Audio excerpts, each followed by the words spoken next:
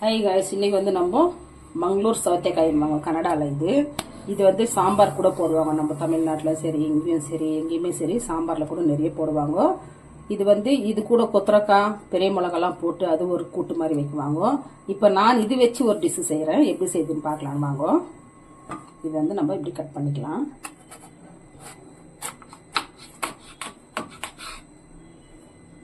Cut பண்ணிவிட்டு நம்ம இது தோல் எடுத்துக்கலாம்.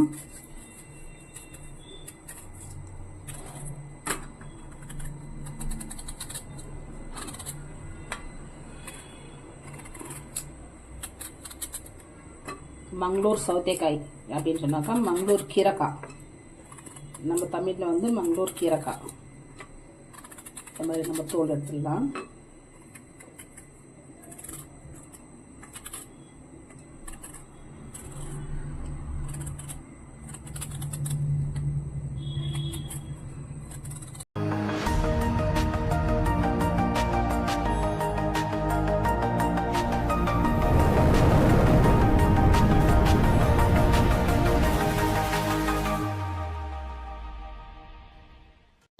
இப்போ இந்த மாதிரி நம்ம எல்லாம் சீவி வச்சுட்டோம். நம்ம வெள்ளரிக்காவை நம்ம வந்து கட் பண்ணிக்கலாம். இந்த மாதிரி நம்ம வேற இல்லாமல் நம்ம கட் பண்ணிடணும். இதுலேயும் ஒரு காய் வந்து கசப்பு வரும். நம்ம வந்து சாப்பிட்டு பார்க்கணும். ஏன்னாக்கா கசப்பாக இருக்கும். சாப்பிட்டு பார்க்குறேன். நல்லா இருக்குது, கசப்பு இல்லை. இப்போ இந்த மாதிரி நம்ம வெட்டிக்கணும். இந்த மாதிரி கொஞ்சம் நஞ்சம் வேற வந்தால் கூட நம்ம எடுத்துடணும். எடுத்துட்டு நம்ம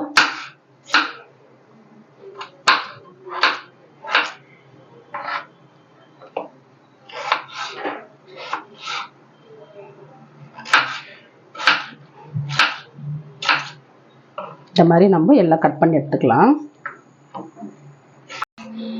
இப்போ வந்து நம்ம பாருங்க, இந்த மாதிரி நான் கட் பண்ணி போட்டேன்.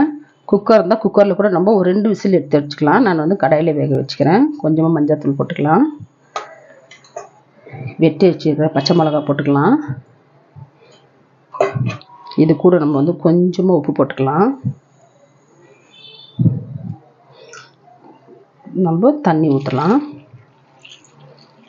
தண்ணி ஊற்றி நம்ம இது நல்லா வேக வச்சுக்கலாம்.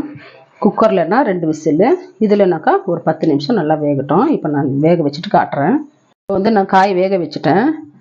இப்போ அதுக்கு வந்து நல்லா ஒரு 3 பீஸ் தேங்காய், பச்சை மிளகா ஒரு 3, சீரகம் ஒரு ஸ்பூனு, பூண்டு ஒரு 4 பல், இது மிக்சியில் போட்டு நான் நைஸாக ருபின்னு வந்துடுறேன். அதுக்குள்ளே அவ்வளோ சீக்கிரம் காய் வேகட்டும். இப்போ வந்து நல்லா ஒரு 10 நிமிஷம் பாருங்க, நல்லா வெந்துருச்சு.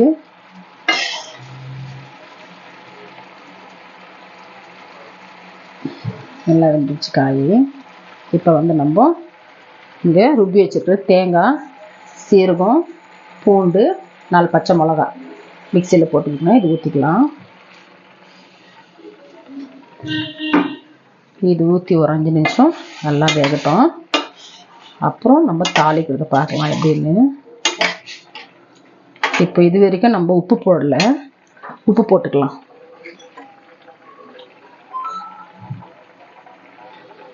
நம்மளுக்கு எவ்வளோ தேவையோ தேவைக்கு ஏற்ற உப்பு நம்ம போட்டுக்கணும்.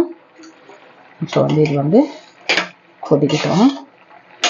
நம்ம தேங்காய் ருபி ஊற்றலைனாக்கா, தேங்காய் பிடிக்கலன்னா தயிர் ஊற்றிக்கலாம். நம்ம கொஞ்சம் தேங்காய் வானன்னா தயிர், தயிர் வானன்னா தேங்காய், 2ல் எதுனா.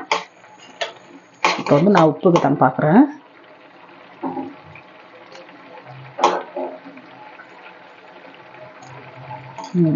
உப்பெல்லாம் கரெக்டாக இருக்குது. இது கொதிக்கிட்டோம். நம்ம தாளிச்சுக்கிட்டு பார்க்கலாம்.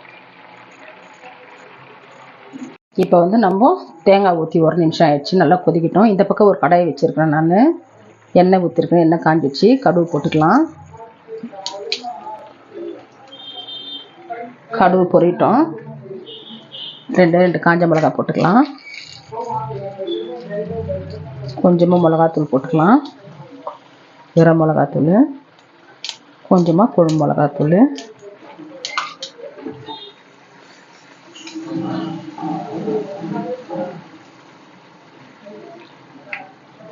இது வந்து தாளித்து மேலே ஊற்றிக்கலாம்.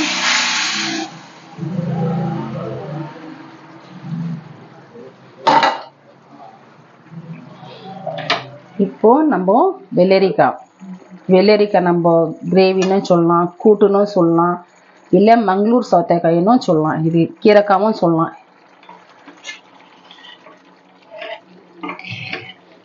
சூப்பராக நம்ம இந்த காயை வச்சு ஒரு நல்லா கூட்டு மாதிரி சேர்ந்துட்டோம். நல்லாயிருக்கும் இது. அப்படியே கூட நம்ம கப்பில் போட்டு சாப்பிட்லாம், இல்லை சாதம் கூட நம்ம சாப்பிட்லாம். எல்லாத்துக்குமே ரொம்ப டேஸ்ட்டாக இருக்கும். இப்போ இந்த காய் வச்சு நான் இந்த பொரியலோ இந்த கூட்டோ இது ஏதோ ஒன்று செய்து பார்த்துருப்பீங்க. இப்போ வந்து நம்ம வேறு எதாவது நம்ம ஊற்றிட்டு பார்க்கலாம்.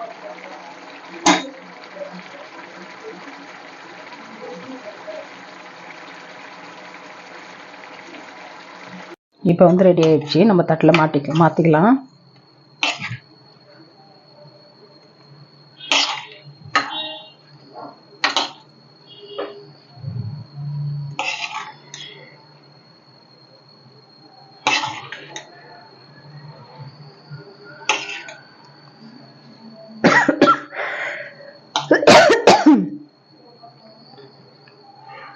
இப்போ இந்த மாதிரி வாங்கி நம்ம இந்த காய் வாங்கி நம்ம இந்த மாதிரி ஒரு பொரியலோ இல்லை இந்த மாதிரி ஒரு கூட்டோ இந்த மாதிரி நம்ம செய்துங்கன்னா ரொம்ப நல்லாயிருக்கும்.